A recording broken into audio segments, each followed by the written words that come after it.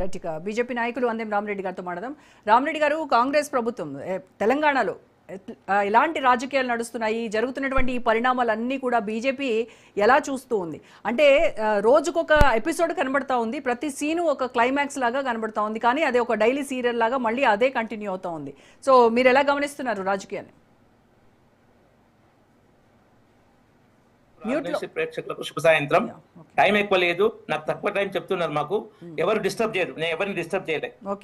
కాంగ్రెస్ పార్టీలో అసమ్మతి అంటే రావణాసుర కాష్టమే. అది మొదటి నుంచి పుట్టినప్పటి నుంచి ఇప్పటివరకు ఉంది.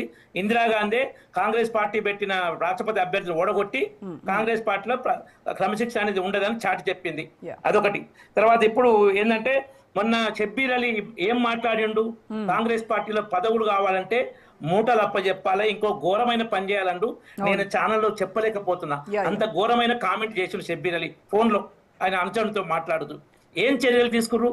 ఏం చర్యలు తీసుకోలే.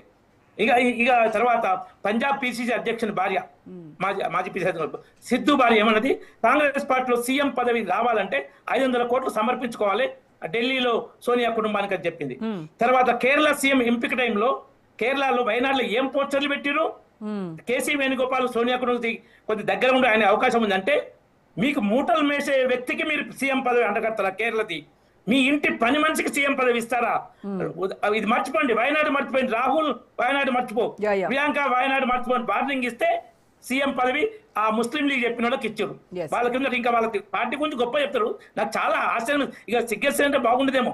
ఉదయపూర్ తీర్మానం ఏం చేశారు? ఉదయపూర్ తీర్మానం 5 ఏళ్ళు కాంగ్రెస్ పార్టీలో పనిచేస్తేనే ఎమ్మెల్యే టికెట్ కానీ ఎంపీ టికెట్ ఇవ్వాలంటారు. ఒక ఫ్యామిలీకి ఒకరి మించి వద్దన్నారు. ప్రతి లోక్సభ నియోజకవర్గంలో 2 బీసీలకు టికెట్ ఇవ్వరు.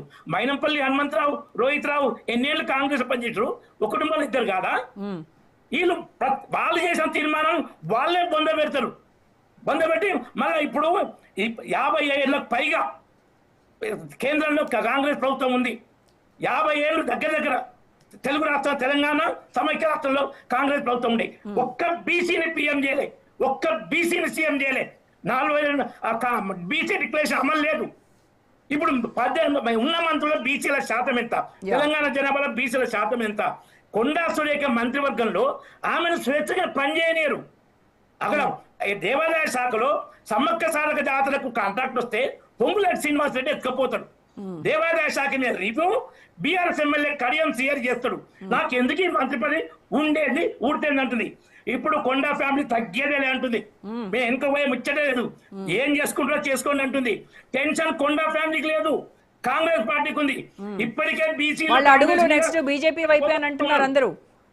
నెక్స్ట్ ఒకవేళ బర్తరఫ్ చేసినా రాజీనామా చేసినా వాళ్ళ అడుగులు బీజేపీ వైపేట ఉంటే ఉంటుండొచ్చు.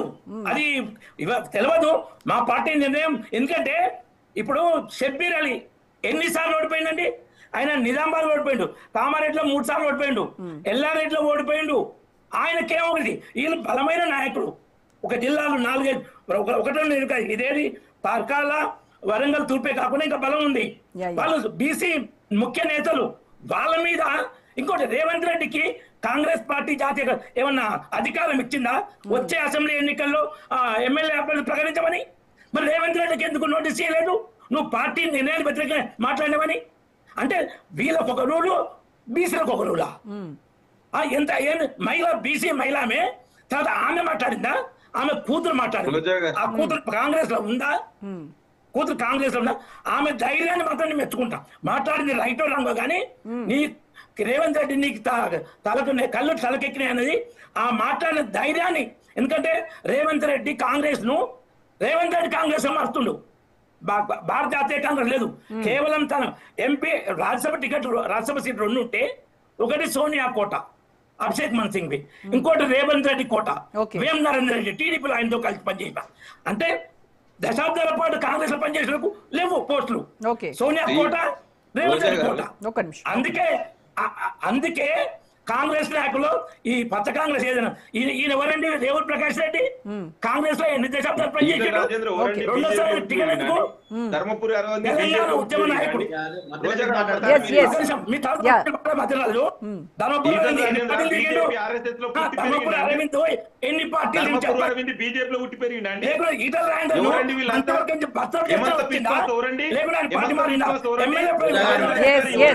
ఒక్క నిమిషం రైట్ అన్ని పార్టీల్లో పక్క పార్టీల నుంచి వచ్చిన వాళ్ళకి వెల్కమ్ చేసిన వాళ్ళే ఉన్నారు, వాళ్ళకి పెద్ద పెద్ద పదవులు ఇచ్చినటువంటివి అన్ని పార్టీల్లో ఉన్నారు, దానికి ఏ పార్టీ కూడా అతీతం కాదు. కాదు అబద్ధం అని ఛాలెంజ్ చేసి చెప్తున్నా. ఏంటి అబద్ధం? Danam Nagender BRS MLA Congress MP candidate ఎంతవరకు మా పార్టీలో చూపించేది అట్లా ఆయన Talasani Srinivas Yadav TDP MLA TRS మంత్రి మా పార్టీలో చూపించేటట్లా ఎట్లా మా పార్టీ ఎట్లా కడతారు? ఈటల రాజేందర్ కానీ కోమటిరెడ్డి రాజగోపాల్ కానీ ఎమ్మెల్యే పదవి రాజీనామా చేసి బీజేపీలోకి వస్తే కోమటిరెడ్డి రాజగోపాల్ మీద ఎంత విషయం మీరు 18,000 కోట్లు గూగుల్ పేలో ఆయన అకౌంట్లో ఇచ్చారట. కాంగ్రెస్ పార్టీ రాష్ట్ర వేరాలు అప్పుడు ఇన్ఛార్జ్ గూగుల్ పేలో 1,00,000 మించిపో అప్పుడు ఆ పచ్చబద్దాలు ఏమైనా మాట్లాడతారు. కాబట్టి కాంగ్రెస్ పార్టీ ఉందా, దానికి నీతి ఉందా? అది పార్టీనా? ఎమర్జెన్సీ ఎట్లా పెట్టిరు? ఇంకో నేను పెట్టిరా ఆమె ఎంపిక కానీ మీ 12 ఏళ్ల పాలనకి కాంగ్రెస్ 2.5 ఏళ్ల పాలనకి మీరు డిబేట్ చేయడానికి సిద్ధమా అని అడుగుతున్నారు లింగం యాదవ్ గారు. 100% సిద్ధం. చెప్తా వినండి. దేశంలో భారతదేశానికి గుర్తింపు వచ్చింది ఈ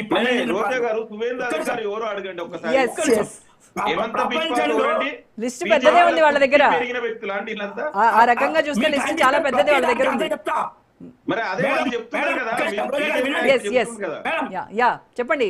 ఏంటంటే ప్రపంచంలో ఏ దేశ నేతకు 10 ఏళ్ళు వరుసగా ప్రపంచ నెంబర్ మీద ఉండే అవకాశం రాలే. ప్రపంచంలో ఏ దేశకు నేతకు 34 దేశాల సర్వోన్నత పురస్కారం రాలే. మేము అధికారులు ఉండగా 10వ స్థానం నుంచి 4వ స్థానం రైట్ అండి. ఓకే రైట్ రామరెడ్డి గారు.